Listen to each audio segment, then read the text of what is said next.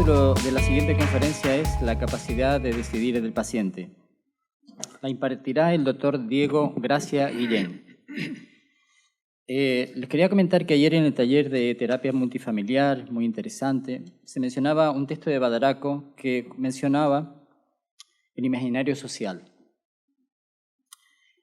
Y probablemente algunas o muchas o bastantes de las cuestiones a resolver es el tropiezo que tenemos con esta especie de imaginario hospitalario por el que tendemos a pensar que gran parte de las personas ingresadas en psiquiatría no tienen capacidad de decidir. Y por otra parte, pensar que las personas que están ingresadas en otras salas del hospital, sin afección psiquiátrica, sí tienen la capacidad de decidir. Después nos encontramos que cuando hacemos una sujeción mecánica, nosotros tomamos todos los protocolos y nos vemos un paciente atado en una sala de psiquiatría, que no es de psiquiatría, y no tiene tantos protocolos. La corresponsable de que Diego esté hoy aquí se llama Blanca Morera, es una amiga común de Diego y de la Asociación Canaria de Neuropsiquiatría, que estuvo hace poco por Tenerife y nos contaba que ella no quería ni pensar que hubiese un profesional en la salud mental que no se hubiese leído la Ley 41/2002 del 14 de noviembre. Es la ley básica reguladora de la autonomía del paciente y de los derechos y obligaciones en materia de información y documentación clínica. Lo leo textualmente.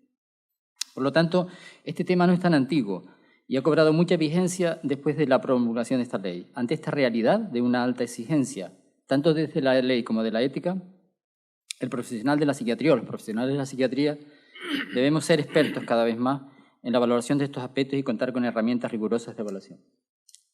Para hablarnos de este asunto tan importante, en nuestro quehacer diario contamos con la presencia de uno de los pensadores más notables de nuestro país y una autoridad mundial en bioética. Le agradecemos enormemente a Diego el esfuerzo que ha hecho. Se ha venido en un avión hoy, se tiene que ir en un avión esta tarde. Tiene una actividad mañana docente. Le agradecemos su entrega a la docencia y a compartir y a difundir lo que sabe. Diego es magíster en bioética de la Universidad Complutense de Madrid. Es presidente del patronato de la Fundación de Ciencias de la Salud y director de su Instituto de Bioética. Entre otros méritos, destacan también diplomado en Psicología Clínica, especialista en Psiquiatría, catedrático emérito de Historia de la Medicina de la Universidad Complutense de Madrid, director de la Fundación Sevir Zubiri, académico de número de la Real Academia Nacional de Medicina de Madrid, etc. Le he dicho a Diego que para restarle lo menos posible a su intervención no íbamos a leer todo el currículo. Al profesor Gracia Guillén lo conocimos impartiendo sus conferencias en los congresos de psiquiatría legal, como le decía antes. Allí me dijeron a mí la primera vez, no te lo pierdas. No te pierdas la conferencia de clausura de Diego. Y no me la perdí. A partir de entonces yo digo lo mismo cada vez que su nombre está en un programa de ponente. No se lo pierdan. Creo que después de escucharlo hoy, a ustedes les va a pasar lo mismo. Van a tratar de no perdérselo. Les dejo con el doctor Diego Gracia Guillén. Profesor, tiene la palabra. Bueno, muchísimas gracias por esta cariñosa, yo diría cariñosísima presentación, que te agradezco enormemente, y gracias a los organizadores, a Francisco Rodríguez y a la organización en general que permite que estemos aquí juntos, ustedes y yo, esta mañana, para hablar de un tema que a alguno le extrañará, porque yo me formé en psiquiatría en los años 60, desde luego de evaluación de la capacidad, nada. Y supongo que hoy habría que ver si en los programas de formación de residentes en psiquiatría se enseña, ¿no? A pesar de que los médicos generales, cuando tienen un problema y no saben si una persona, porque está rechazando un tratamiento que ellos consideran importante. Entonces, cuando una persona rechaza un tratamiento que propone un médico, yo qué sé, ingresar en una UBI, entrar en un programa de hemodiálisis, tal, cosas serias, claro. El médico inmediatamente dice, ¿qué tengo que hacer? O sea, le respeto, a ver si está mal de la cabeza, a ver si está deprimido, aunque yo no lo... Tiene una depresión, pues, silente, ¿no? Y entonces inmediatamente llaman al psiquiatra. para una interconsulta. Oye, mira, tú, mira, a ver, evalúa la capacidad. Y entonces es muy curioso porque el médico, que debería saber evaluar capacidad, no sabe evaluar capacidad, lanza la pelota al psiquiatra y le dice, evalúa capacidad. El psiquiatra tampoco sabe evaluar capacidad y lo que hace es explorar psicopatológicamente y descartar psicopatología. Y entonces hace un informe diciendo no deprimido, la sensopercepción está bien, no ideación suicida, no alucinaciones, no delirios, no tal, no cual. Y ya está. Bueno, yo lo que vengo a exponerles, a mí me gustaría que en el rato que tengo, que no es mucho, aclaráramos qué es esto de la capacidad y además saliéramos sabiendo cómo evaluar capacidad. Es mucho lo que me propongo, pero yo creo que si vamos pasito a pasito lo vamos a lograr. Son 3 cosas fundamentales las que quiero decir, muy pocas, ¿no? Primera cosa, como acabáis de oír, la tesis clásica en medicina. ¿Por qué nadie sabe evaluar capacidad?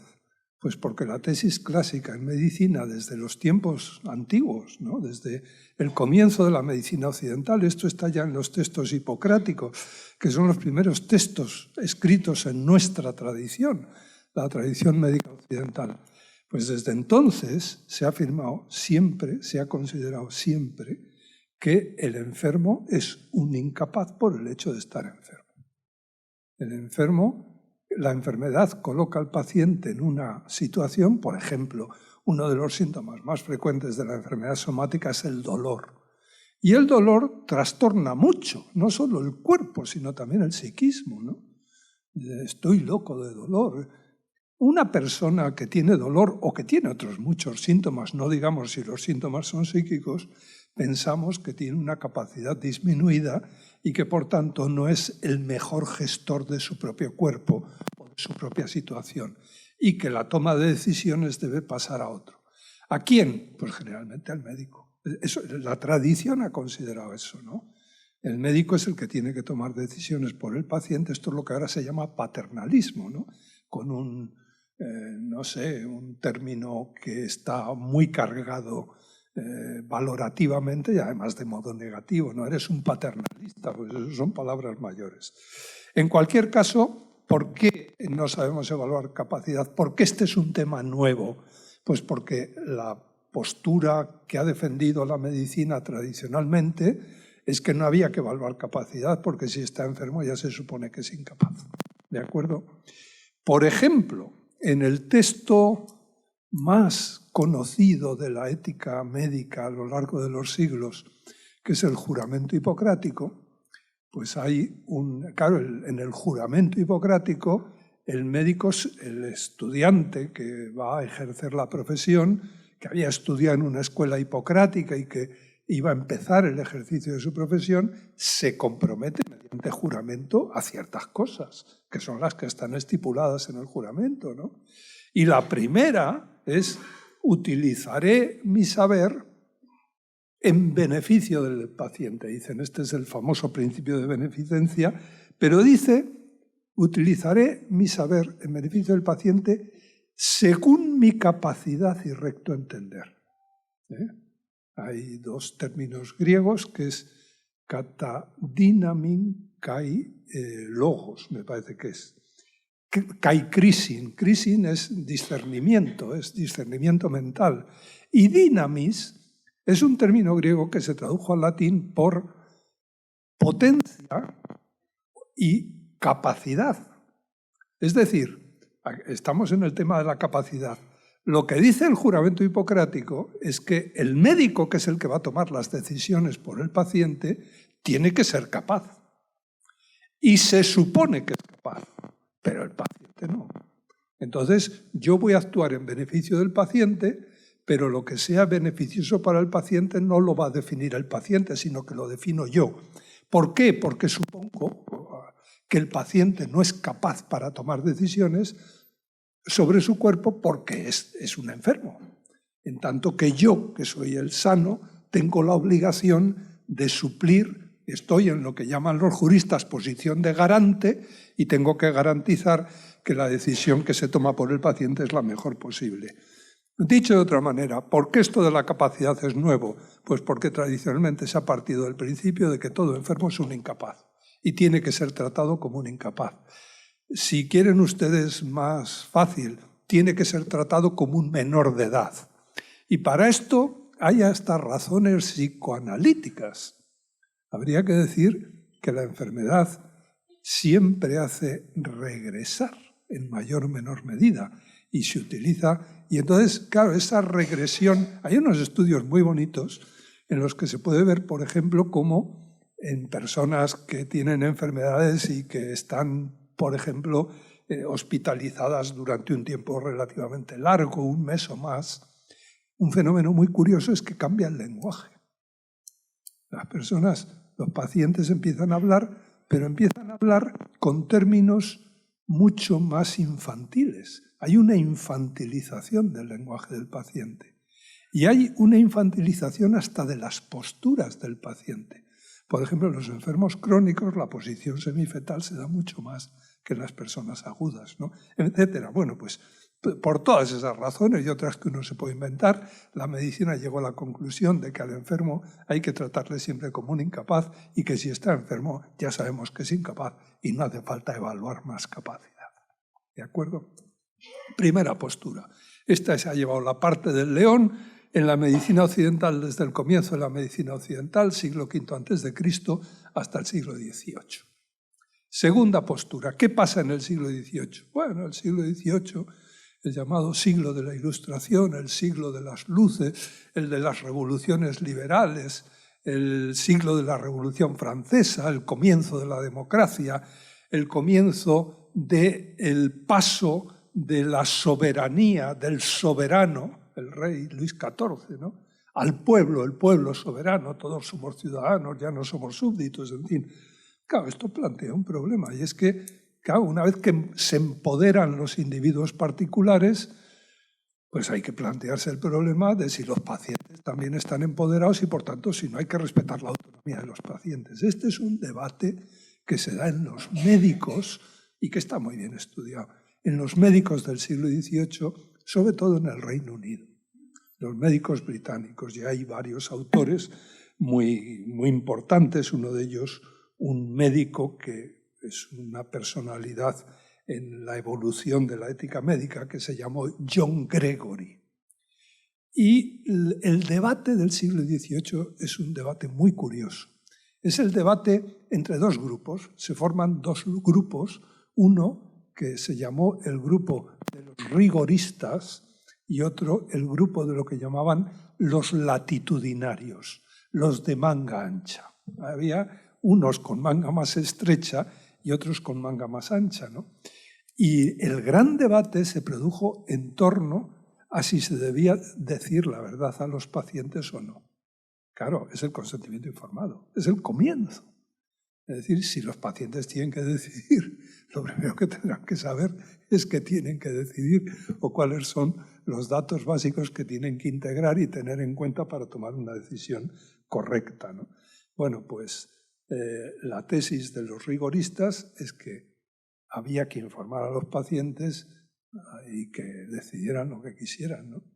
Esta tesis, por ejemplo, la mantuvo el filósofo más conocido del siglo XVIII y que ustedes todos conocen, que fue Kant. Kant tiene un libro sobre la mentira que en los cursos de ética se analiza siempre, ¿no?, y donde mantiene que hay que decir la verdad, caiga quien caiga, y que si le sienta mal al sujeto, pues, pero es obligatorio, ¿no? Y luego está la tesis de los rigoristas. Y luego está la tesis de los latitudinarios, que decían que sí, en medicina, que sí que hay que decir la verdad, pero que hay excepciones. Y esas excepciones, esto es lo que nosotros aprendimos. Esto es lo que yo aprendí en la facultad. Yo soy posterior al siglo XVIII y mis profesores, pues también. No muy posterior, pero posterior. Y entonces, ¿qué dice esta tesis? Hombre, ¿hay que informar a los pacientes? Sí, porque es un un respeto necesario, y además hay un derecho humano, que es el derecho a la autodeterminación y a la autonomía y tal, ¿no? Pero hay unas excepciones. El médico tiene un privilegio, y este privilegio es el llamado privilegio terapéutico.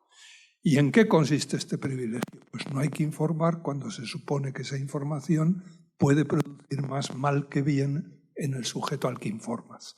Es decir, hay informaciones que son cuchillos, ¿no? Y pedradas, ¿no? ¿Y qué situaciones son estas, las situaciones excepcionales? Pues están muy claras en el siglo XVIII. La enfermedad grave, el peligro de muerte, por ejemplo, un cáncer. Hay que informar a un señor que tiene un cáncer. La tesis clásica era que no. Hay que informar que está en peligro de muerte, no. Enfermedad mental, excepción. Hay que tratarle como un incompetente o incapaz, porque ahí no se puede informar y no tiene los elementos necesarios o la capacidad para poder decidir correctamente lo que hay que hacer sobre su propio cuerpo. En el caso de la enfermedad mental, todos ustedes saben que además hay un síntoma típico de enfermedad mental, que es la negación de la enfermedad, la no conciencia de enfermedad. Bueno, entonces, razón de más, es decir, parece que la información huelga cuando está. Y entonces, la tesis es que si un señor tiene un dolor de muelas o hay que arreglarle una caries, pues hay que informar. Pero si un señor tiene un cáncer o está en peligro de muerte o está en fase terminal o tiene una enfermedad psiquiátrica, no hay que informarle en las situaciones graves, comprometidas y tal, ¿no? Por tanto, y este es el criterio. Yo creo que todos hemos aprendido, porque es el que ha llegado hasta el día de hoy. ¿Por qué ahora se nos plantea el problema de la capacidad? Pues porque desde hace unas décadas la cosa se nos ha complicado. Y esto tiene que ver con muchas cosas, la evolución de la cultura en general y de la cultura médica, y como consecuencia de todos estos fenómenos y estas evoluciones, la aparición de una cosa que se llama bioética, que ustedes saben que aparece por primera vez. Ese es un término acuñado el año 1970. Yo ya era médico y había estudiado la especialidad de psiquiatría. Y bueno, ha habido que empezar a analizar todos estos fenómenos con un poco más de detención a cómo se había.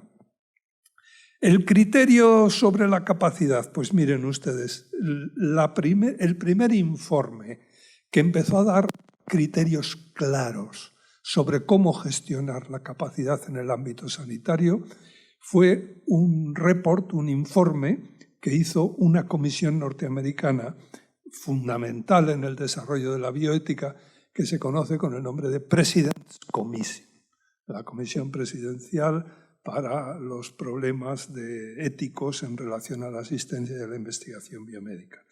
Y el año 1982, la President's Commission elaboró y publicó un informe que, por cierto, está en Internet. Cuando nacieron estos informes había que irse a Estados Unidos a verlos o comprarlos o fotocopiarlos. Ahora son de acceso facilísimo a todo el mundo. Bueno, el título del informe, que son 2 volúmenes, es Making Healthcare Decisions. Cómo tomar decisiones sanitarias correctas en el mundo de la salud, ¿no? Y allí se plantean, la President's Commission se plantea el problema, claro, de la información que hay que dar para que la gente pueda tomar decisiones y de la evaluación de la capacidad.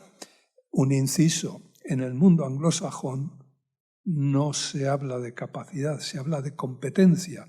Lo que en inglés, en el derecho anglosajón se llama competency, en el derecho derivado del derecho romano, en el derecho europeo, sobre todo de los países latinos, se llama capacidad. Y lo que ellos llaman capacity, nosotros lo llamamos competencia. Por ejemplo, el Código Civil, pues los actos civiles, otorgar un testamento, firmar una escritura, los puede hacer una persona capacitada civilmente para hacerlo. Y el Código Civil dice lo que es capacidad. Y cómo pues, se supone que una persona que tiene 18 años es capaz para testar, etc., ¿no? Bueno, pues eso es lo que llaman competency en inglés. Yo, de acuerdo con el Código Civil Español, tengo capacidad legal para hacer muchas cosas, comprar una casa, testar, tal. Tengo capacidad, pero puedo no ser competente. Por ejemplo, yo tengo capacidad legal y soy competente para conducir un coche, pero no para conducir un avión. La competencia es una cosa mucho más concreta en el derecho español. En el derecho consuetudinario anglosajón es exactamente lo contrario. Bueno, si ustedes van a Making Healthcare Decisions, teniendo en cuenta que de lo que van a hablar es de competency y no de capacity, se van a encontrar con que allí se plantean el problema de lo que aquí llamamos capacidad, y lo primero que hace la President's Commission es decir qué criterios de capacidad o de evaluación de la capacidad son incorrectos. Y dice varios. Por supuesto, es incorrecto pensar que todo enfermo por el hecho de ser enfermo es un incapaz.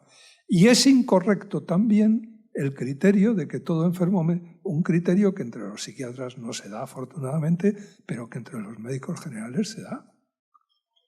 El criterio de que si es un señor que tiene una esquizofrenia o que tiene una depresión mayor o que evidentemente es un incapaz.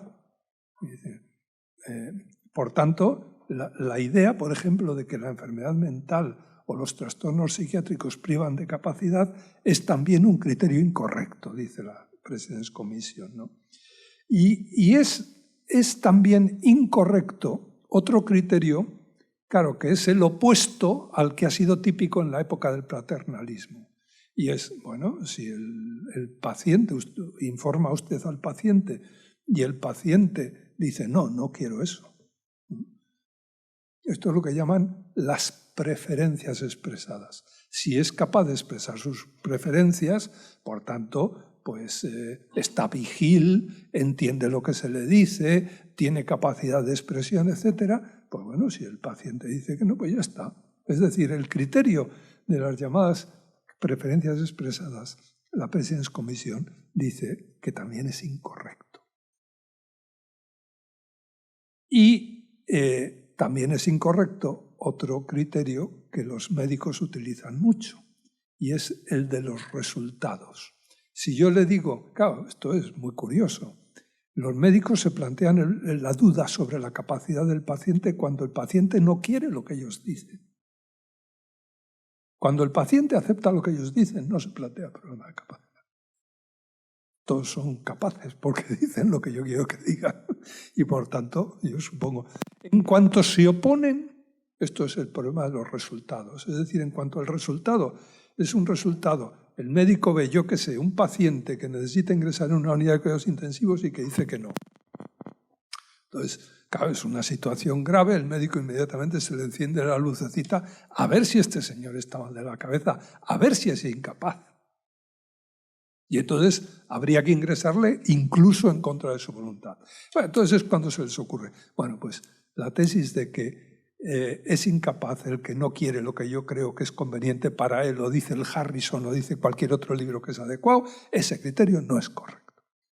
Y entonces, claro, después de echar abajo todos los criterios más usuales, la President's Commission tuvo la genialidad de proponer un criterio que se propuso el año 82 y a partir de entonces es el criterio. No hay otro. Luego lo vamos a complicar, pero el criterio, que es lo que llamó el criterio funcional. Lo que vamos a hacer ahora es explicar un poquito el criterio funcional. ¿Qué es esto del criterio funcional? Pues miren ustedes, la idea es que la capacidad es como un continuo entre la nula capacidad, el cero de capacidad, y la capacidad total, que sería el 100 de capacidad. Bueno, hay infinitos puntos intermedios. Y en los extremos no hay prácticamente nadie. Cero de capacidad tiene el señor que está en coma, o que está en estado vegetativo, o que está muerto, claro. Pero si está vigil, tiene una cierta capacidad. Y 100 de capacidad no tiene nadie. En fin, todos tenemos nuestras fobias, nuestras filias. Ahora con el DSM-5, ¿ustedes han visto a alguien que no esté en alguno de los diagnósticos del DSM-5? Yo estoy en varios. Entonces, hombre, eso está claro que capacidad total no tiene nadie, ¿no? Y entonces la cuestión es la siguiente. La capacidad hay que evaluarla en relación al tipo de decisión que hay que tomar. Por tanto, la pregunta, dice la President's Commission, es ¿capaz para qué? Si la decisión no es una decisión muy grave, tampoco le puedes pedir una capacidad muy alta. Y personas que están muy incapacitadas, yo qué sé, un brote esquizofrénico en fase aguda, ¿no? Tienen su capacidad y cualquier nivel de capacidad, por principio, tenemos obligación de respetarlo. Y para no respetarlo hay que hacer un análisis relativamente complejo. Por tanto, esto de la capacidad es un continuo en el que hay infinitos puntos, lo mismo que la gravedad o la seriedad de las decisiones que se van a tomar, pues tiene infinitos puntos. Y tiene que haber un equilibrio entre el tipo de capacidad que pedimos y el riesgo o el tipo de decisión que se va a tomar. No podemos pedir capacidad total para todo. En los enfermos mentales hay capacidad, que hay capacidad, hay mucha, ¿no? ¿Hay capacidad total? Pues no, probablemente no, ni en los sanos. Y entonces tendremos que ver el criterio funcional, es decir, capaz para qué. Yo puedo ser capaz para conducir un coche, puedo no ser capaz para conducir un avión y así en cualquier otro aspecto de la vida. Bueno, esto es año 82. A partir de ahí, todo el mundo, la bioética fundamentalmente, pues empieza a ver cómo operativizar el criterio funcional.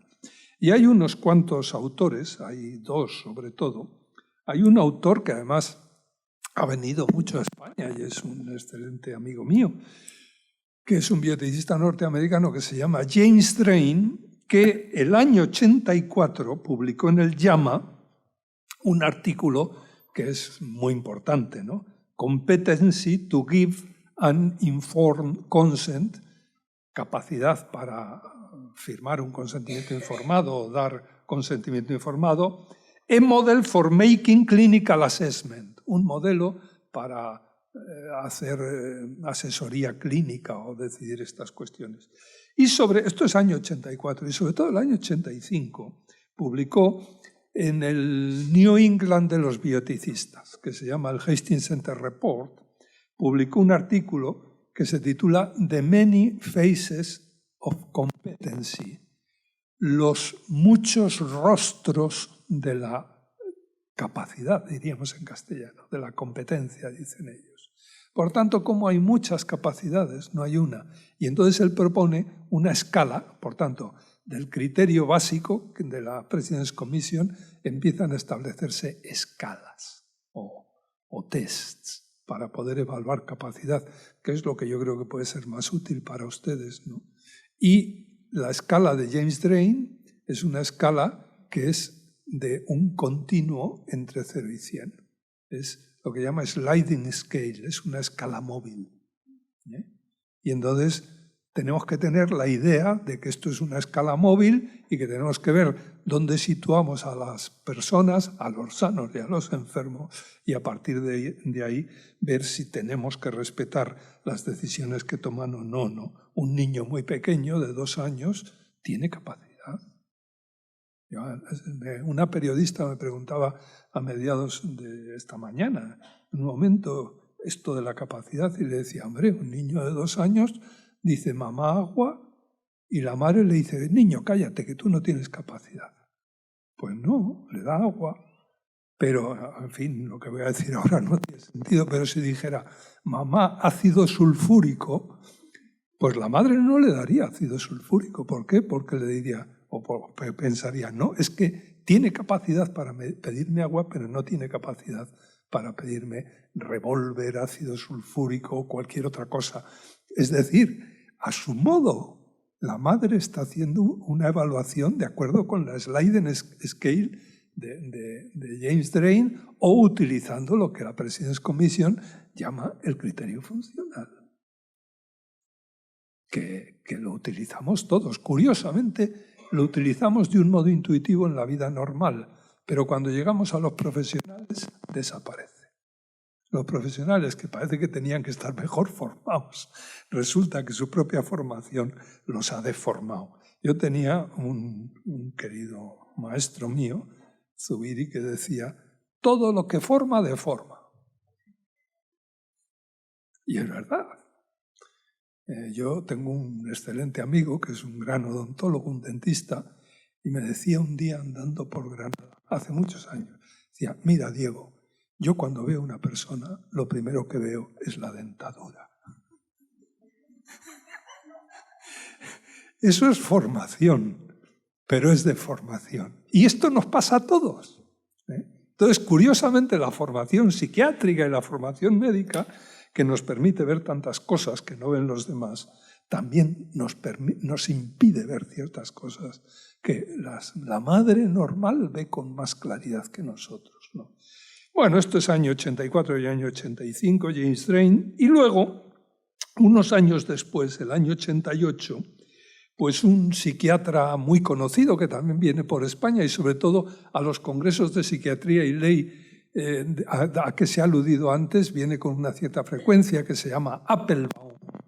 Este es un nombre muy conocido y está muy relacionado con los temas de psiquiatría y ley de siempre. Pues bueno, Applebaum pues elaboró junto con Griso, publicó varios artículos en el New England y finalmente elaboró una escala compleja, muy completa, pero muy compleja. Y al final elaboraron un libro, Assessing Competency to Consent Treatment, cómo hacer la evaluación de la capacidad en orden a consentir un tratamiento. ¿Por qué digo esto? Bueno, pues porque el texto, la escala de Applebaum, el MACAT que se llama, que tiene dos versiones, una MACAT-T, que es para el tratamiento, y otra MACAT-R, que es para las personas que van a entrar en un ensayo clínico, por tanto, para la investigación, cómo evaluar la capacidad de los sujetos de investigación, pues se acaba de no solo traducir al castellano, sino validar en castellano. Estas escalas están validadas. Aquí tenéis herramienta de evaluación de la capacidad para tratamiento MACAT-T, que es el que les puede interesar a ustedes más, que es el relativo al tratamiento. Esto lo ha dirigido pues, un psiquiatra que también se dedica a temas de psiquiatría y ley, que es médico, es psiquiatra en el Departamento de Psiquiatría del Miguel Servet de Zaragoza y que se llama Tirso Ventura junto con otros psiquiatras. Es una herramienta que al menos yo tengo que decir para que la conozcan y que es útil, pero es muy complicada en la vida diaria. Fíjense, ¿por qué he dicho que Applebaum es un médico muy interesado por los temas de ley, por los temas judiciales y tal? Porque este test es un test muy completo, pero es un test que no tiene sentido más que como prueba testifical cuando hay que testificar ante un tribunal o hacer un peritaje sobre capacidad y dejar. Pero el clínico normal no puede hacer esto. No puede dedicar todos los minutos que hay que dedicar para hacer esto con cualquier enfermo. Entonces yo lo que les recomendaría es, si ustedes van a tener que testificar judicialmente, váyanse al MACAT, que es lo más seguro. Si lo que tienen es que les llaman en la interconsulta, yo que sé, de nefrología, porque un señor no quiere ingresar o no quiere ponerse en el programa de diálisis, no hace falta que utilicen eso. Utilicen lo que yo les voy a decir, el sistema sobre todo de Drain, y con eso que se tardan muy pocos minutos, van a poder hacerlo bien. Bien entendido, que lo que van a tener que hacer, lo que yo quiero enseñarles, es evaluar capacidad. y no solo a descartar psicopatología, que es lo que erróneamente aquí y ahora suele considerarse evaluación de la capacidad. Se descarta psicopatología y dicen, bueno, pues es competente o capaz. Bueno, habría que verlo. Ahora vamos a ver un poco en qué consiste esto. Esto es lo primero que yo les quería decir. ¿Por qué aquí y ahora? Pues porque hemos tenido esta evolución, todos eran incapaces, los graves y los enfermos mentales eran incapaces, siglo XVIII, siglo XX y casi siglo XXI. En principio todo el mundo es incapaz, todo el mundo es capaz, y el que quiera demostrar que alguien es incapaz tiene de su lado la carga de la prueba. Por tanto, tiene que probar que ese sujeto es incapaz. Es volver completamente al revés aquello que ha venido funcionando en la medicina occidental a lo largo de tantísimos años. Bien, entonces la cuestión es, ¿y cómo se evalúa capacidad? Pues también dos criterios falsos. Los criterios más frecuentes son el psicopatológico, ya lo hemos visto, eso es condición necesaria de capacidad, pero no suficiente. Y luego también es muy frecuente el considerar que esto de la evaluación de la capacidad lo tienen que arreglar las leyes. Y por tanto, véase lo que dicen las leyes y asunto concluido. Es decir, es un problema jurídico. Yo qué sé, fíjense, si ustedes buscan en la literatura europea textos importantes o guías importantes que les puedan orientar en este problema, pues probablemente los dos textos o los dos documentos más socorridos son la Ley Británica del año 2005 sobre capacidad de los enfermos mentales. Yo no sé si la conocen, es un texto muy bien hecho. Y una especie de remedo de esa ley británica que hizo la Sociedad Española de Neurología, reunida en Sitges el año 2009. Son dos documentos, están en la red, se pueden consultar. Pues si quiero saber lo que es la capacidad y cómo evaluarla, pues voy al documento de Sitges y ya está. Bueno, pues si van al documento de Sitges y no digamos si van a la ley británica, se van a encontrar con que allí la capacidad se reduce a la idea jurídica de capacidad y la idea clínica de capacidad. Y yo lo que quiero que entendamos es que la capacidad no es primariamente un concepto jurídico ni es primariamente un concepto médico. Entre otras cosas, porque el derecho, claro, el juez incapacita. Este está incapacitado, parcial o totalmente no. Pero eso se llama incapaz de jure. El juez ha dictado una sentencia, ¿no? Pero la incapacidad que nosotros tenemos que evaluar no es la de jure, es la incapacidad de facto, que llaman. Es la incapacidad de hecho. ¿Este señor es capaz de hecho o no es capaz de hecho? Y por supuesto, se puede estar incapacitado de derecho y ser capaz de hecho, y se puede estar capacitado jurídicamente y ser incapaz de hecho. ¿De acuerdo? Entonces, con el derecho no vamos a arreglar mucho la cosa, porque aquí lo que nos interesa es una incapacidad distinta, que es la incapacidad de facto, que dicen. Es para tomar esta decisión concreta. Y como los seres humanos tomamos continuamente decisiones, la capacidad es la capacidad de tomar una decisión.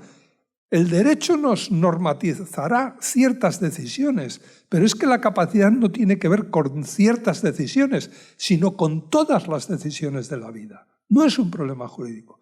Y tampoco es un problema psicopatológico, ni incluso médico. ¿Por qué? Pues porque la capacidad, por ejemplo, un niño es un enfermo mental. No, no tiene nada que ver. Y sin embargo hay un problema de capacidad. El menor maduro, ¿saben ustedes que ahora, pues por la literatura, en fin, promovido por la ONU, pues ha aparecido desde hace ya alguna década esta figura tan compleja del menor maduro? Es decir, ¿quién es capaz de tomar decisiones y qué decisiones hay que respetar?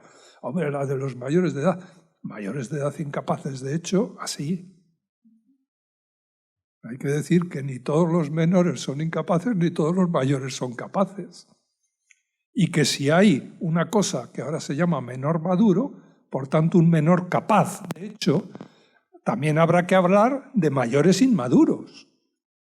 Es decir, señores que son incapaces, de hecho, a pesar de que el Código Civil pues, les concede la presunción de capacidad. No les concede capacidad, les concede la presunción de capacidad. Lo mismo que hay una presunción de incapacidad, por ejemplo, en las decisiones sanitarias, en los jóvenes o en los niños, hasta la edad de los 16 años. Pero la capacidad ni es un problema jurídico, ni es un problema psicopatológico. La capacidad es un problema genérico. ¿Y ese problema genérico cómo lo vamos a llamar? Pues un problema ético. Porque el problema en la toma de decisiones de los seres humanos es que yo cuando tomo una decisión tengo que plantearme un problemita y es si debo o no debo. ¿Qué debo hacer? Si debo hacer o no debo hacer.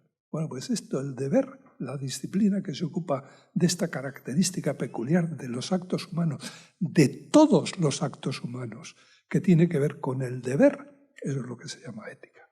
Y en ese sentido hay que decir que en contra de lo que piensa casi todo el mundo, el problema de la evaluación de la capacidad no es primariamente un problema jurídico ni es un problema médico, es un problema ético. Bueno, más o menos yo ya he situado el toro. Ahora tengo que entrar a matarlo. Esto ahora no se puede decir, pues están cambiando las cosas, pero en fin, me entienden ustedes, ¿no? Si uno no sitúa al toro bien, es muy difícil poder hacer una buena faena, ¿no? Entonces ahora hemos llegado al punto en el que, como decía mi maestro Laín, dice, sí, se puede hablar mucho de las cosas, pero al final hay que responder a la cuestión, mostrad cómo. Claro, ustedes no han estudiado el catecismo, porque antiguo, el Astete, pero en el Astete, que tenía preguntas y respuestas breves, había una pregunta que tenía una respuesta muy larga, y era siempre la cruz de todos los de... Y la pregunta era, mostrad cómo, y entonces había que responder, en las entrañas de la Virgen María formó el Espíritu Santo un cuerpo perfectísimo, unió ese cuerpo un alma, y entonces lo que era solo Dios, sin dejar de serlo, quedó hecho hombre. Para un niño, verán ustedes. Y Laín decía, claro, es que en todas las cuestiones llega un momento en que se llega al mostrad cómo. Bueno, ¿esto cómo se hace? Porque si no, todo lo demás es teoría. Bueno, pues vamos a ver si respondemos a la cuestión del mostrad cómo. ¿Cómo se evalúa capacidad? Yo voy a ir paso por paso. Y fíjense ustedes que a ustedes les interesa mucho aprender esto. En primer lugar, porque todo juez, todo notario, cuando vea dude, va a llamar a un profesional. Y a un profesional sanitario. Y sobre todo a un psiquiatra. Porque no sé por qué se ha corrido la idea de que esto de la capacidad es cuestión de psiquiatras. Y entonces en las interconsultas les van a pedir a ustedes que evalúen capacidad. Yo he anotado aquí el artículo 665 del Código Civil, que dice, siempre que el demente, bueno, el término, pretenda hacer testamento en un estado lúcido, estos son términos del 19, saben ustedes que el Código Civil se hizo en los años 80, se aprobó en los años 80 del siglo XIX y la terminología pues es típica, ¿no? Dice, siempre que el demente pretenda hacer testamento en un estado lúcido, designará el notario dos facultativos que previamente le reconozcan y no otorgará el testamento, sino cuando éstos respondan de su capacidad, dice el texto. Debiendo dar fe de su dictamen en el testamento. Claro, el notario da fe pública, ¿no? Pero lo que dice el texto del artículo es que los peritos tienen que firmar ese testamento junto al notario y de algún modo son los fedatarios de que ese señor era capaz. La pelota siempre les va a llegar a ustedes, tal como están las cosas aquí, la pelota, y por tanto es muy importante saber evaluar la capacidad de hecho. Primera cosa, yo iría paso a paso. Primera cosa, hombre, lo primero que debemos intentar averiguar en una interconsulta de capacidad, y esto en psiquiatría es importante, es si la persona está incapacitada legalmente. Es decir, si el juez le ha incapacitado y en qué términos le ha incapacitado. No porque eso nos resuelva el problema, sino porque es un dato importante a tener en cuenta. Primer punto. Segundo punto. El segundo punto sería la evaluación, habría que decir psicopatológica, yo voy a decir psicoorgánica del paciente. Es decir, esto sí que lo pueden hacer ustedes y lo deben hacer ustedes. Hay que descartar trastornos de la sensopercepción, graves trastornos de memoria, graves trastornos de ideación, que no tiene alucinaciones, o si las tiene, pues objetivarlas, si tiene o no tiene delirios, etc. El vector cognitivo de la vida psíquica hay que analizarlo, y eso la psicopatología nos ha enseñado a analizarlo. Y esto hay que verlo, ¿no? Porque es verdad que hay trastornos del vector cognitivo, sensoperceptivo y cognitivo, que alteran gravemente la capacidad. ¿De acuerdo? Y hay algunos que privan de capacidad. Es decir, si está lo que se llamaba amencia, ¿no? Hay demencia. La demencia al final, pero hay amencias, hay personas que no se podían demenciar porque nunca tuvieron mens. Y hay personas que la han perdido. Bueno, estos son trastornos cognitivos que naturalmente hay que evaluar, y hay que evaluar el grado en el que... Estos son los más fáciles. Y fíjense, esto es lo que la gente suele confundir como ausencia de capacidad. Que el vector cognitivo está alterado. Está alterada la capacidad, la memoria y, por tanto, las demencias, ¿no? Claro, o las alucinaciones o los delirios en las psicosis graves, etc., ¿no? Pero hay otros vectores que también, de la vida psíquica, que también se pueden alterar, y ustedes lo saben muy bien, pero que la gente ya no considera tanto en la evaluación de la capacidad. Por ejemplo, el vector emocional. Es decir, que duda cabe que una depresión grave o que una fase maníaca florida, en fin, alteran tremendamente la percepción de la realidad y la capacidad de tomar decisiones sensatas, ¿no? El vector emocional, pues hay que evaluarlo también, y hay que descartar psicopatología en ese vector, ¿no? Y luego está el tercer vector, el vector operativo, lo que antes se llamaba voluntad, o el vector conativo, llámelo como quieran, ¿no? Yo qué sé, piensen ustedes en lo que es un trastorno obsesivo-compulsivo, que no es directamente cognitivo ni es directamente emocional, pero que altera profundísimamente la toma de decisiones de los seres humanos, y las altera, como sucede casi siempre en psiquiatría, sin que los pacientes se den cuenta de que la tienen alterada. Es decir, en los trastornos obsesivos compulsivos, los pacientes creen que ellos pueden dominar la compulsión, a pesar de que están continuamente haciendo aquello que la compulsión les obliga a hacer, ¿no? Entonces, encima está la distorsión de que ellos se creen capaces, a pesar de que el propio trastorno les está privando de capacidad. No digamos todo el mundo de los trastornos de la personalidad o de las psicopatías, etc. Naturalmente, todo eso hay que evaluarlo, ¿no? Por tanto, una evaluación psicopatológica y ver el grado, la incidencia de esas alteraciones psicopatológicas, porque hay enfermedades graves, hay menos graves y las hay leves. En la clasificación antigua, que el DSM no quiere ni recordar a partir de la versión 3, y que yo creo que es un error,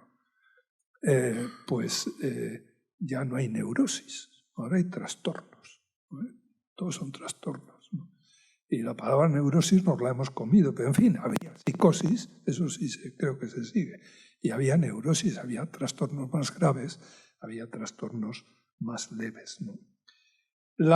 Esta evaluación que yo he llamado psicoorgánica, ¿por qué? Porque la quiero distinguir de otra evaluación que se hace menos y que también altera profundamente la capacidad, que es no la evaluación o los problemas psicoorgánicos, demencia, mencia, sino los psicodinámicos.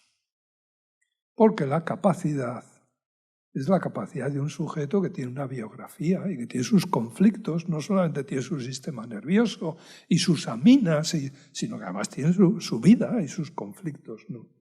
Y la evaluación psicodinámica, si la psicoorgánica la llamamos evaluación psiquiátrica, esta habría que llamarla evaluación psicológica o algo así, ¿no? Pues también habría que hacerla en los 3 vectores, en el vector cognitivo. Por ejemplo, y fíjense que estas alteraciones psicodinámicas, muchas de ellas no son patológicas. Por ejemplo, hay que evaluar lo que antes, al estudiar psicología, se conocía con el nombre de psicología evolutiva. Es decir, el niño tiene su psicología, uno va madurando, va llegando a adulto, a una psicología madura. Si el Código Civil dice que supone capaz a las personas mayores de 18 años es porque supone que en ese periodo de tiempo las personas han sido capaces de madurar. Pero ustedes saben que todo eso es muy relativo. Ejemplo, yo no puedo exponerlo aquí, pero piensen ustedes en los estadios de Kohlberg. Y cómo, desdichadamente, llegar a la fase postconvencional, que sería la madurita, no excesivamente madura, pero en fin, un grado de madurez respetable, no llega más del 20 y tantos por ciento a lo largo de su vida. Tela. Y cuando estos mismos estudios se han hecho en relación a la ética, las decisiones morales que toman los seres humanos, pues de lo que nos hemos dado cuenta es que los seres humanos, la evolución de su vida moral o del razonamiento moral, cómo toman decisiones, también lo estudió Kohlberg, lo había estudiado Piaget antes y bueno, después mucho más, ¿no? Se para en la mayor parte de las personas en torno a los 15 años. No evoluciona más. Hay otros que sí, hay otros que sí, pero la mayor parte, el 70 y tantos por ciento de las personas se estabilizan ahí. Y es más, se les ha pasado a veces un test, el test de REST, que es el test que se estableció para ir a hacer los estudios de Kohlberg, se les ha pasado a sujetos a los que se les había pasado a los 15 años, 10 años después, a los 25 y a los 35, y hay veces que puntúan menos a los 35 y a los 25 que habían puntuado a los 15. En fin, esto no es anormal, no es psicopatología, pero sí que tiene que ver con la psicodinamia, es decir, con la maduración psicológica y humana de los seres humanos, ¿no? Esto hay que tenerlo en cuenta, hombre, sí, para saber dónde está el sujeto como mínimo, ¿no? Pero piensen ustedes que la cosa se complica, porque Kohlberg lo estudió en varones, pero le salió una discípula pues un poco revoltosa, Carol Gilligan, que hizo unos estudios diciendo que la evolución de las mujeres, de la madurez psicológica y moral de las mujeres era distinta, ¿no? Y entonces hay que evaluar, sobre todo, claro, si se trata de mujeres, tener en cuenta las características propias de la maduración mental, moral y cultural de las mujeres, ¿no? Y esto en relación al vector cognitivo en cuestiones que no son psicoorgánicas ni psicopatológicas directamente, ¿no? En el vector emocional, pues ahí tendríamos que echar un poco de lo que nos enseña la psicología dinámica. Hoy ya no sé si el DSM-5 por fin ha quitado o no, porque hubo un debate, el término narcisismo, pero ahí el narcisismo es una patología muy seria. Para Freud era la raíz de las enfermedades psiquiátricas más graves. Cuando se fijaba, se paraba el desarrollo de la evolución psicológica y sobre todo emocional del individuo en las fases primeras, lo que él llamaba narcisismo primitivo, bueno, el desastre es fenomenal, ¿no? Eso priva de capacidad el narcisismo. Hombre, no como la demencia, pero el narciso es un sujeto que no ve la realidad. Se ve a sí mismo en la realidad, pero no ve la realidad. Hay una distorsión casi, no sé, es una especie de delirio, ¿no? Bueno, hay que complejo de Edipo. Yo no puedo entrar en esto, pero esto es muy interesante, ¿no? Es decir, más sencillo todavía que el complejo de Edipo, los mecanismos de defensa del yo, que decía Freud, los mecanismos de afrontamiento, que dicen, cuando Kübler-Ross, recuerden ustedes el famoso libro de Kübler-Ross sobre la muerte y los moribundos, y este fue un estudio que hizo ella con enfermos oncológicos en fase terminal en Chicago. Cuando a una persona que va a la consulta le dices, mire, usted tiene un cáncer de colon y hay que operarle. La persona que hasta ese momento no ha sido consciente de ello, ¿qué va a decir? Pues lo primero que va a decir es, no puede ser. Y ese es un mecanismo de defensa del yo que se llama negación. Yo sí lo decía, se lo explicaba a mis alumnos siempre con las notas de anatomía, que era el coco de la facultad. Oye, que han salido las notas de anatomía y que te han suspendido. No puede ser. Entonces le dices, oye, pues firma el consentimiento informado que no quieres ingresar en la UBI o que no quieres que te operen, porque si no quieres, pues firma. Y la cuestión sería, esa firma, esa decisión es muy madura. El sujeto tenía una gran capacidad para tomar esa decisión o hay que hacer algo. Hombre, lo primero que habrá que hacer es evaluar dónde está, diagnosticar y decir, no, es que está en fase de negación. Entonces tenemos que tener en cuenta no solo los problemas orgánicos o psicoorgánicos, sino también los problemas psicodinámicos que tiene ese sujeto, ¿no? Y recuerden ustedes, por seguir lo de Kübler-Ross, ¿no? Es decir, la negación. ¿Qué pasa después de la negación? Porque la negación protege de la angustia, pero poco tiempo. Después, ¿qué pasa? Pues que hay una fase de ira. No, si es que el catedrático de anatomía ya sabía yo que me miraba mal y que me tenía ojeriza, ¿no? A ver, alguien tiene que tener la culpa en vez de yo. La fase de ira, ¿no? Esto en las enfermedades es muy frecuente, la ira se puede dirigir contra Dios. Mi mujer dirige un servicio de oncología pediátrica. El número de divorcios entre parejas que tienen niños con problemas oncológicos es muy grande. ¿Por qué? Porque se acusan mutuamente. Tú has tenido la culpa, no tuviste cuidado. Es la fase de ira, buscar el chivo expiatorio. ¿A quién? Pues al que esté más cerca. Muchas veces es al médico, pero otras muchas veces es entre ellos como... Luego, la fase de cambalache o de regateo, ¿no? Doctor, cambalache con Dios, o si salgo de esta prometo ir a Lourdes de rodillas todos los años. Bueno, el negociete, negociar. Y si la situación es muy grave, muy grave, muy grave, ese mecanismo de defensa tampoco protege la fase de depresión. Y dice Kübler-Ross una cosa que ya estaba estudiada ahí, y es que curiosamente los enfermos oncológicos, si tienen tiempo, y lo suelen tener, no mueren en fase de depresión. Y pasan a una fase que llama Kübler-Ross la fase de aceptación. Claro, es que no todas las depresiones son patológicas. Y el organismo se recupera. El organismo pasa a una depresión patológica cuando no es capaz de recuperarse en el tiempo normal, considerado normal. Hay muchas personas que se recuperan y pasan a una fase de aceptación. Y ahora pregunto yo, ¿en qué fase el sujeto será más capaz de decir? ¿En la fase de negación, en la de ira, en la de regateo, en la de depresión o en la de aceptación? Y esto nos plantea un terrible problema, y sobre todo se lo plantea a ustedes, porque son los que lo van a tener que hacer. Y es que la capacidad no es evaluarla y ya está. La capacidad no se tiene o no se tiene, sino que la capacidad se adquiere. Y hay que trabajársela, y hay que educarla. Y, por ejemplo, el apoyo emocional en todo ese proceso a fin de que la persona pueda llegar cuanto antes y en las mejores condiciones a la fase de aceptación es absolutamente fundamental para que la decisión que tome o el consentimiento informado que firme sea adecuado. Como verán ustedes, esto de la capacidad es complicado.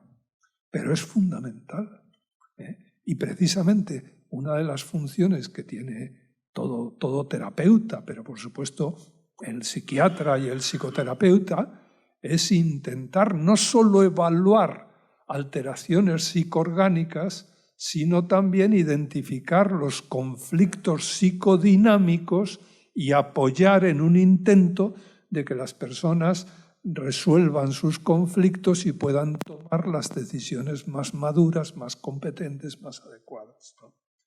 Bien, pues con todo esto tampoco hemos acabado. Un poquito más, voy a acabar inmediatamente porque sé que estoy fuera de hora, primera cosa, claro, en esto de la psicodinamia hay un problema muy gordo, y es que en nuestras decisiones influyen mucho los hechos. Tengo un cáncer de colon, pero lo decisivo nunca son los hechos. Lo decisivo es otra cosa que tiene mucho que ver, tiene menos que ver con el vector cognitivo que con el vector emocional, que llamamos los valores, es decir, la valoración que hacemos de los hechos. Esto es lo fundamental. Y el tema de los valores esto sí que es el punto oscuro en la formación de todo el mundo y por supuesto también de los psiquiatras. Y es el problema de la educación secundaria. ¿Por qué cada ministro de Educación quiere hacer una ley distinta y por tanto cada 4 años cambiamos de ley de educación? Por los valores. Porque todo el mundo quiere meter sus valores. Los partidos de derechas quieren meter sus valores y dicen que no se explique el aborto, la píldora, el preservativo y tal. Y cuando suben los otros, pues quieren meter sus valores, que es que sí que se explique el preservativo y la píldora y tal. Todo el mundo quiere meter sus valores, porque todo el mundo considera, si no, que sus valores son los mejores. Pero nadie se ha planteado nunca qué es eso de los valores y cómo educar en valores. Que no es meter tus valores al otro, sino que es hacer que el otro autónomamente sea capaz de sacar lo mejor que lleva dentro y por tanto gestionar autónomamente los mejores valores que encuentre, ¿no? Bueno, pues esto es fundamental. Miren ustedes, la capacidad no tiene que ver solo con los hechos, cáncer de colon, sino que sobre todo tiene que ver con los valores, con el problema. Y esto es una asignatura terrible, pero no podemos entrar en esa asignatura, pero sí decir una cosita solo. Y es que los seres, esto lo han visto muy bien los psicólogos y ahora se escribe enormemente sobre esto, sobre lo que llaman el affective forecasting, la distorsión emocional de las decisiones de futuro.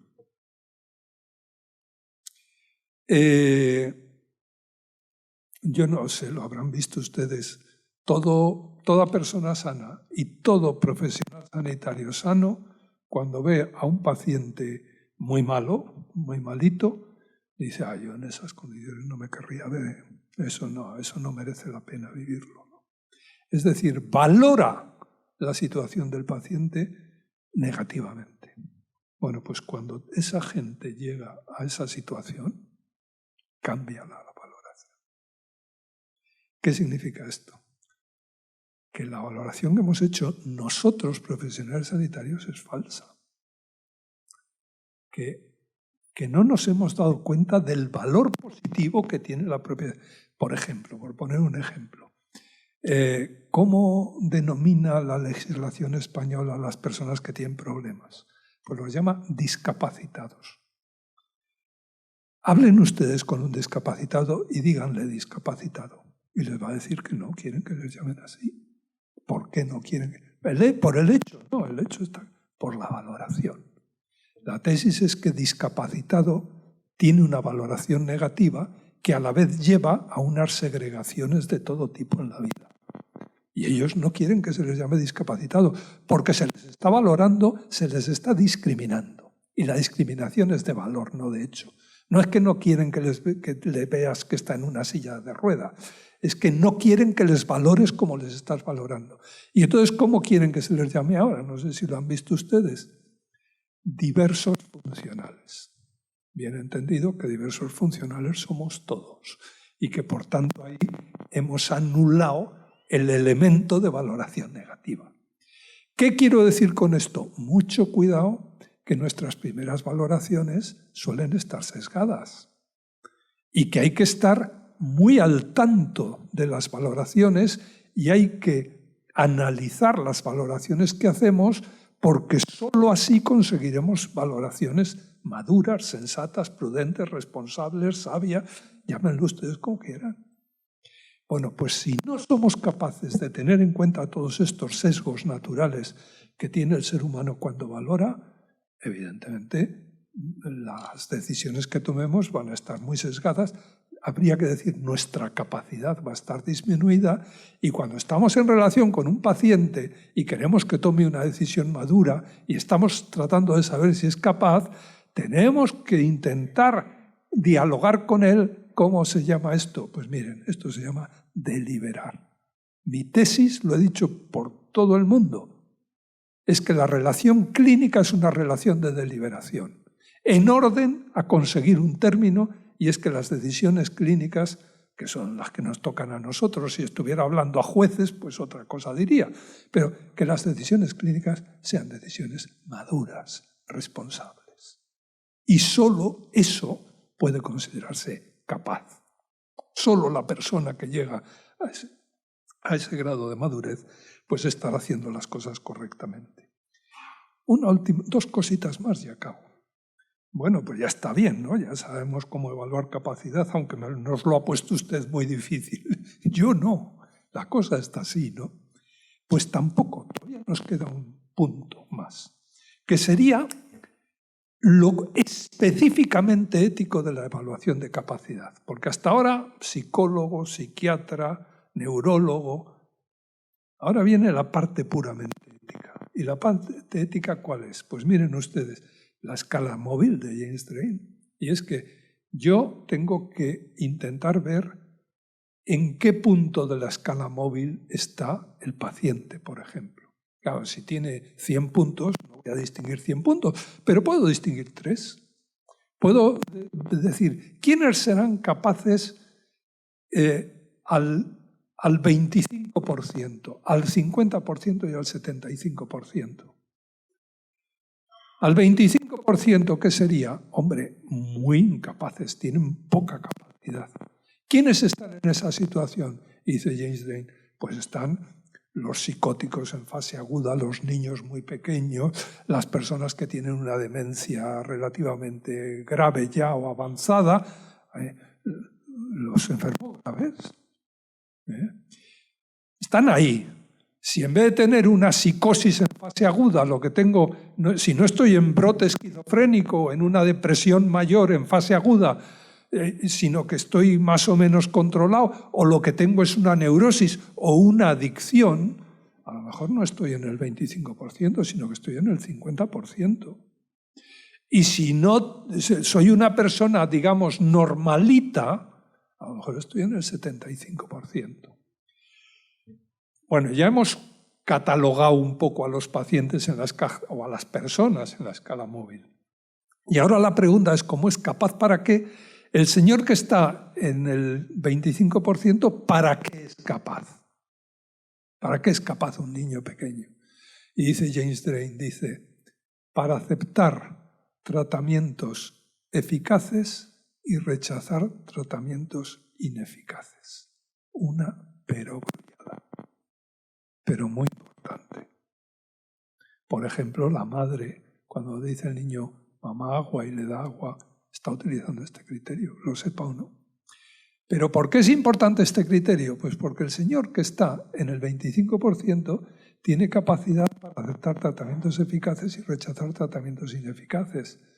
Pero el señor que está en el 75% se invierte ese criterio y entonces tiene capacidad para rechazar tratamientos eficaces y aceptar tratamientos ineficaces. Que aquí es donde se enciende la lucecita roja y al médico se le plantea el problema, el otro no, pero aquí se dice, no, es que, pero si este señor, pero si tiene un EPOC, si se va a ahogar, si se va a morir, le tengo que, no quiero respirador. Y dice el médico, ¿y qué hago? Bueno, pues Por tanto, y el señor que está en el 50%, ¿para qué es capaz y para qué es incapaz? Y dice James Drain, pues es capaz e incapaz, o capaz para aceptar tratamientos, para aceptar y rechazar tratamientos de eficacia dudosa o de poca eficacia, de eficacia media, que son la mayoría.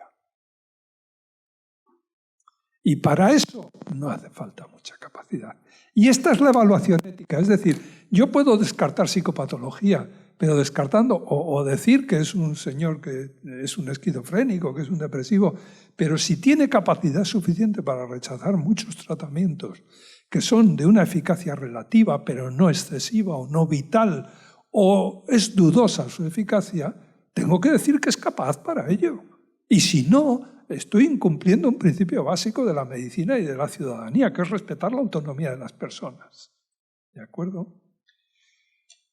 Esto último es la capacidad ética, no es la psicopatológica, no es la psicodinámica, es la propiamente ética. Y una última cosa. Miren ustedes, la evaluación de la capacidad es como la evaluación de un paciente. Los juicios son juicios prudenciales. No vamos a encontrar, por muchas vueltas que le demos, un capacitómetro, un test que puntuando, digamos, el señor que tiene más de 60 o menos de 60 en la escala del doctor tal, es capaz o es incapaz. No lo vamos a encontrar. Se ha buscado, ¿eh? No lo vamos a encontrar. Los juicios de capacidad son juicios prudenciales. Yo no puedo explicar ahora qué es la prudencia, pero ese es el tipo de juicio que hace el clínico cuando diagnostica a un paciente o cuando le pone un tratamiento. No son juicios verdaderos, no son juicios ciertos. Si ustedes abren en New England, verán que lo que se utiliza como metodología en todos los artículos es la probabilidad, la estadística. Son juicios de probabilidad, son juicios inciertos. Cuando yo adelanto un camión con mi coche, estoy tomando una decisión probable, no cierta. Me puede dar un infarto, se puede dormir el camionero, le puede dar un infarto al camionero, le puede estallar una rueda, me puede estallar mil cosas. Cuando yo adelanto un camión, no puedo estar seguro de que le voy a adelantar. Pero fíjense ustedes, nuestra obligación moral no es adelantar el camión. El juicio no lo podemos hacer de ese modo. Es adelantarlo prudentemente, aunque nos matemos. Nuestra obligación es tomar decisiones prudentes. Las decisiones prudentes son decisiones con incertidumbre, rebajada, a los niveles adecuados. Todos estos procedimientos que hemos ido analizando antes tienen por objeto rebajar la incertidumbre y a partir de ahí tomar decisiones que consideramos maduras, ponderadas, prudentes, razonables, responsables, sabias, se ha dicho de mil maneras. Y nos podemos equivocar. Y en la evaluación de la capacidad nos podremos equivocar siempre. Como el juez. No piensen ustedes que vamos a encontrar un sistema matemático preciso para evaluar capacidad. ¿Y la incertidumbre cómo se maneja? Pues miren ustedes, ¿cómo se maneja bien? ¿Cómo se aprende bien a conducir? ¿Cómo se maneja la incertidumbre del conductor bien? Pues conduciendo. La única es ciencia y experiencia. Juntas hacen que disminuya la angustia y que podamos tomar decisiones adecuadas. Para evaluar capacidad hay que hacer lo mismo. Hay que tener una cierta ciencia, un cierto saber y experiencia. Hay que hacerlo. Y a partir de ahí, pues como la experiencia clínica, esto nos servirá para tomar las decisiones de capacidad más adecuadas. Les ruego me perdonen porque he tardado más de lo que pensaba. Muchas gracias.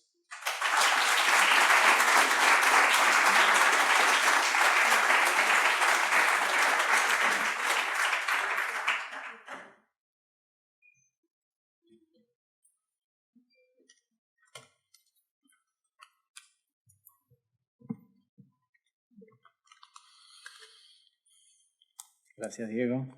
¿Pregunta?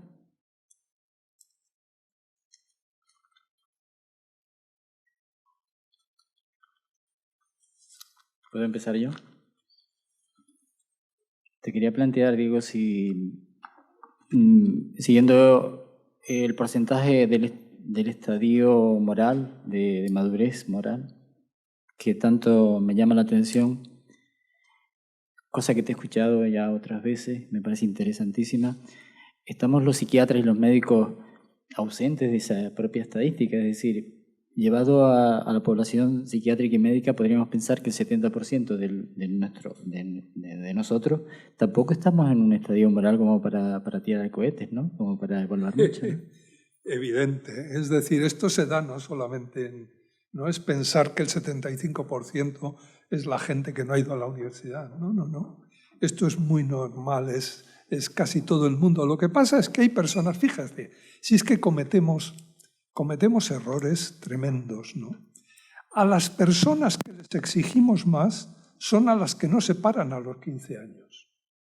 Es decir, hay personas que siguen madurando y que pasan por una fase que llama Kolber, la fase 4,5, que es interesantísima, y que luego pasan al estadio postconvencional, a la fase 5 o a la fase 6, ¿no? Y entonces estos, que suelen ser personas avispadas, críticas, inmediatamente son las que hacen preguntas comprometidas o las que empiezan a tomar decisiones comprometidas. Y a esas les pedimos más capacidad que al señor que se para en el estadio 4 y que hace lo que hace todo el mundo. ¿Dónde va Vicente? ¿Dónde va la gente? A ese no le evaluamos la capacidad, a pesar de que no la tiene, pero no la evaluamos. En tanto que el que descuella y empieza, a ese sí le evaluamos capacidad, ¿no? Y luego otra cosa muy importante, claro, fíjense, la fase convencional, hay 3 grandes fases en Kolber, la preconvencional, el niño muy pequeño, ¿qué considera bueno o malo? Lo que le produce placer es bueno y lo que le produce dolor es malo. Y luego, un poquito más adelante, introyecta las normas a partir del medio, de la madre, de tal manera que bueno es lo que la madre o el padre acepta como bueno y malo lo que le regañan y le dicen que no puede hacer. ¿De acuerdo? Fase preconvencional. Fase convencional hay otros 2 niveles. ¿El nivel 3 en qué consiste? El nivel 3 es lo que llama Kolber la fase de pandilla. ¿Quién pone la norma? Ya no la pone el individuo o la madre, como en la fase preconvencional, sino que la pone el grupo. Esto lo habrán visto ustedes si han tenido hijos, que hay una fase en la adolescencia en que como el crío no lleve el pantalón de la marca o los zapatos o las zapatillas de la marca que dice el grupo que tienen que llevar, es un desgraciado y está desclasado. Y dices, no, le dice la madre, no, pero si mira esta camisa, sí es muy bonita y tal, pero no puede ser. ¿Por qué? Porque la norma moral la pone la pandilla. Es una fase heterónoma, es el otro el que me dice cómo debo comportarme y yo voy y hago lo que el otro me dice que haga, ¿no? Tremendo. Luego, en fin, la pandilla se rompe y aparece el estadio 4. ¿Y el estadio 4 qué es? La norma, ¿quién la pone? Ya no es la pandilla, es la sociedad. Es la televisión, son los anuncios, es el cura, es el maestro, es la propaganda, es la ley. Y entonces, ¿dónde va Vicente? ¿Dónde va la gente? ¿Yo qué hago? Lo que me dicen que tengo que hacer, ¿no? Esa es la fase. La convención es lo que hace todo el mundo, eso es la convención, ¿no? Ahí se para casi todo el mundo. Para la mayoría de la gente, bueno es lo que dice la ley. Y este es el problema de la evaluación de la capacidad, que casi todo el mundo cree que evaluar la capacidad es ver qué dice la ley a propósito de la capacidad. Por ejemplo, la ley 41/2002 que se ha citado esta mañana. ¿O qué has citado tú? De autonomía del paciente. Bueno, pues si estoy de acuerdo con la ley, eso habrá que verlo. Esa es la fase 4. Y dice Kolber, claro, se puede ir más allá. Y hay gente, hay chicos, no muchos, son 20 y tantos %, que empiezan a enfrentarse con la norma social. Antes, mi padre lo sabía todo, mi padre era excelente, etc., ¿no? Llega un momento en que las figuras de autoridad, que para Freud representaba al padre, pero que es la iglesia, la televisión, el maestro, el médico, que es una gran figura normativa de toda persona, hay un momento en que si el chaval sigue evolucionando, se enfrenta a esto y dice, bueno, las cosas serán correctas si son correctas, no porque las diga mi padre, ni porque las diga el médico, ni porque las diga la televisión o la ley, ¿no? Y entonces se despegan de la norma del grupo. Y dice Kohlberg, ese es el momento, y ustedes en psiquiatría esto lo verán, más crítico de la vida de las personas. Porque ya no creen en la norma social, pero no tienen una norma alternativa, todavía.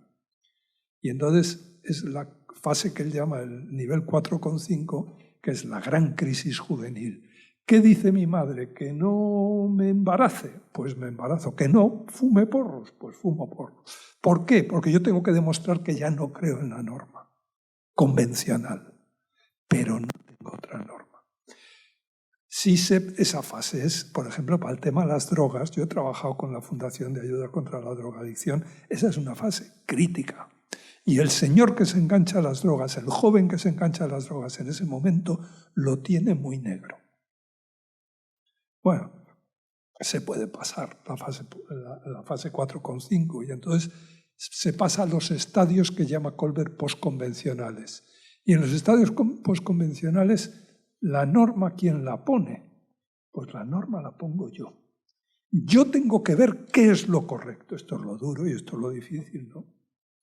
Y será correcto porque yo creo que es correcto, es decir, tendré que ver cómo me formo de tal manera que pueda saber cuáles son los criterios correctos de corrección. Por ejemplo, dice Kohlberg, un criterio que acaba descubriendo la gente ahora con esto de los sirios, es que hay que universalizar. Cuando una acción no es universalizable, pues probablemente no es moralmente correcta, aunque lo diga la ley, aunque lo diga la tele, aunque lo diga mi padre, aunque lo diga quien sea, el médico, quien sea, ¿no? Aparecen los criterios más maduros de toma de decisiones morales. Esto es muy importante. ¿Por qué? Pues porque tomar decisiones autónomas es muy difícil y necesita una maduración moral y psicológica. Y esa maduración necesita muchas veces un acompañamiento. Y ahí ustedes tienen una enorme importancia. Es decir, si un paciente dice, usted tiene que entrar en un programa de diálisis, no, yo no quiero. Firme que no quiere y ya está, consentimiento informado. Y dice la President's Commission, eso no vale. Fue la primera que lo dijo. Eso no vale. Pero si es que es un señor mayor de 18 años, no tiene psicopatología, no está demente, no está deprimido, no tiene una esquizofrenia, no tiene alucinaciones, no tiene delirio, pues no vale. Es más complicado. ¿De acuerdo? Enrique.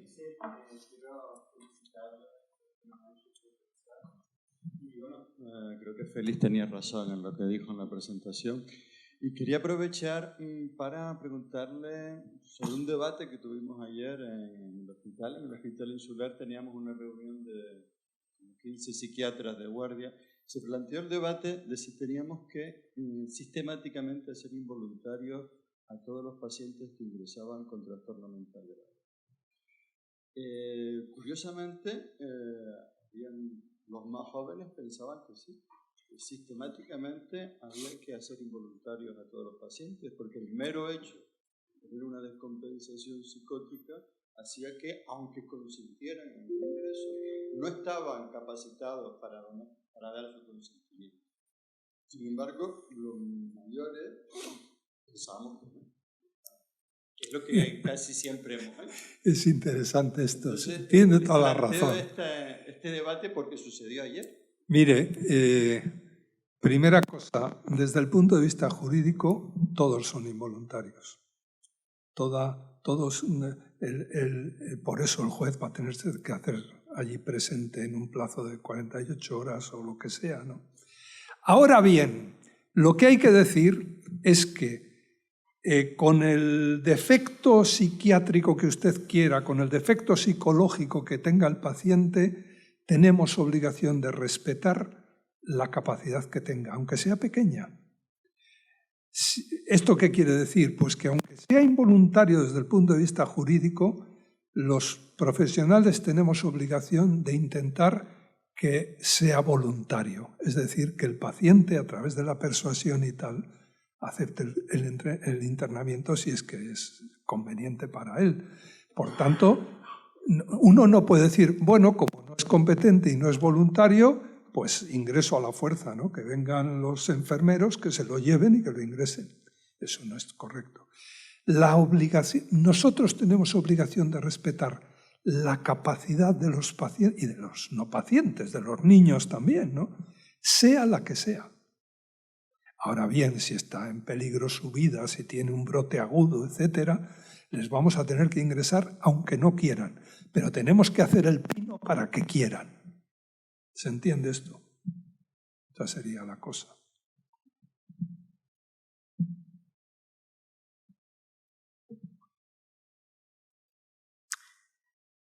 Otra cuestión, si me permites, Diego.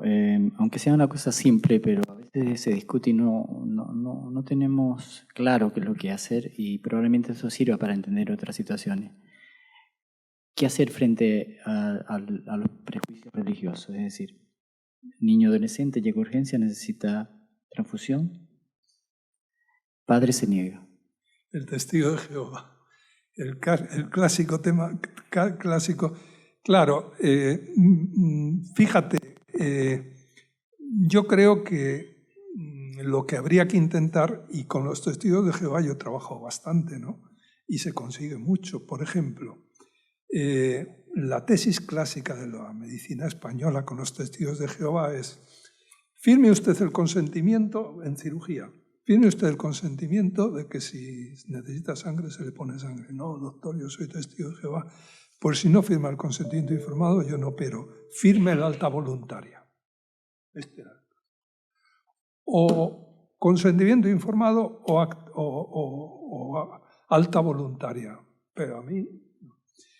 Bueno, claro, yo siempre digo, ¿no?, que los cursos extremos son horribles y que hay que buscar los cursos intermedios, ¿no? ¿Cuáles son los cursos intermedios? Pues habría que ver. En el caso del testigo de Jehová esto está muy trabajado. Hemos hecho guías en un montón de hospitales de España. Los comités de ética han hecho guías de cómo manejar los testigos de Jehová. Pero, por ejemplo, una cosa que suele dar bastante buen resultado es echar a todos los testigos de Jehová de la habitación del paciente y hablar con el paciente. Porque los valores que tenemos obligación de respetar son los del paciente, no los de su familia, no los del pastor, no los de...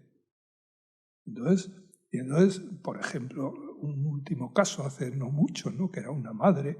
Claro, es que son situaciones con niños relativamente pequeños. Doctor, yo soy testigo de Jehová, no quiero que me ponga sangre.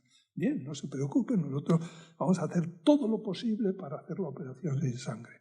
Vamos a utilizar una cirugía hemostática que intenta... Porque eso es fundamental.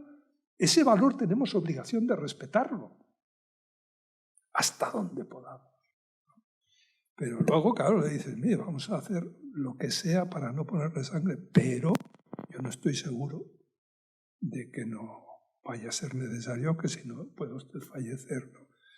Y entonces, una cosa que se ve en los testigos de Jehová, como en las personas sensatas, es que si ven que tú haces el esfuerzo y que solo como excepción, y en un caso extremo, muchos dicen, pues en esa situación póngame sangre, pero que no se enteren los demás. Esto es así. Esto es así. Y entonces, fíjense, el profesional tiene que decir, no se preocupe, que por mí no se van a enterar.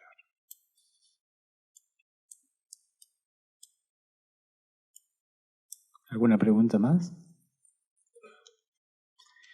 Bueno, si no hay más preguntas, yo quería terminar, si me lo permiten, con una pequeña reflexión que incluye una anécdota.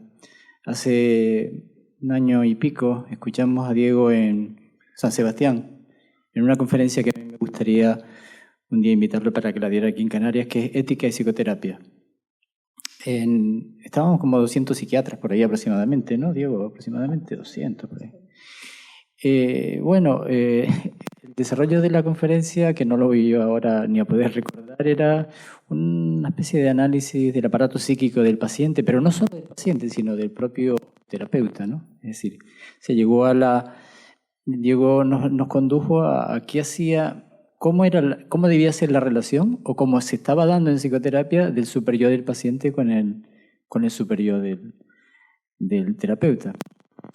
Bueno, cuando salimos de allí, le comentaba a Diego antes que nos quedamos en una especie de comida que había y uno de los psiquiatras dijo, la mitad nos hemos quedado de piedra.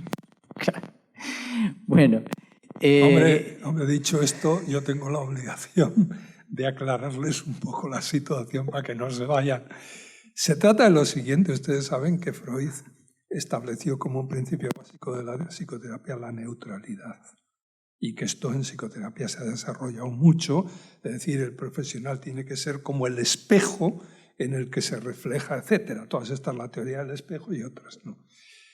Lo que yo les he dicho hoy no es neutro. Yo les he dicho que hay que trabajar los valores. Claro que dije allí, con gran escándalo de muchos, pero también hay que decir que dentro de la psicoterapia el tema de la neutralidad en la literatura está muy discutido, que no soy yo el único que lo discute. No ser neutral no significa manipular, imponer, coaccionar. Significa que no podemos ser neutros ante los valores. Lo que tenemos es que deliberar. Lo que hay frente a neutralidad y a imposición, que han sido los dos métodos que se han llevado la parte del león en la historia, es deliberación. Y deliberación es simplemente tratar de madurar en común los valores que van a entrar en una decisión. Porque la decisión, si está el paciente delante de mí, esa decisión es una decisión que le atañe a él y me atañe a mí. Y por tanto los dos tenemos interés y debemos, además tenemos una cierta obligación moral de que esa decisión sea lo más madura, lo más razonable, lo más responsable posible, ¿no? Y el psicoterapeuta, qué duda cabe que tiene esto. Y lo único que intenté decir fue eso, era para aclarar que no era ninguna herejía, era simplemente discutir un poco el tema de la neutralidad, ¿no? Y cómo, en primer lugar, no se puede ser neutral. Neutral a la ultranza es un ideal, pero no. Y segundo, si no hay que ser neutral, dígame usted cómo proceder para evitar la coacción, la manipulación, la imposición, etc. Esto es. Bueno, como síntesis, me parece que después de escuchar a Diego siempre uno tiene la suerte de entrar en deliberación contra sus propios prejuicios o con sus propios prejuicios. No me queda más que agradecerte enormemente, Diego, no solo que hayas venido, sino tu entrega en esta exposición y desear que tengas un buen viaje y verte pronto por aquí.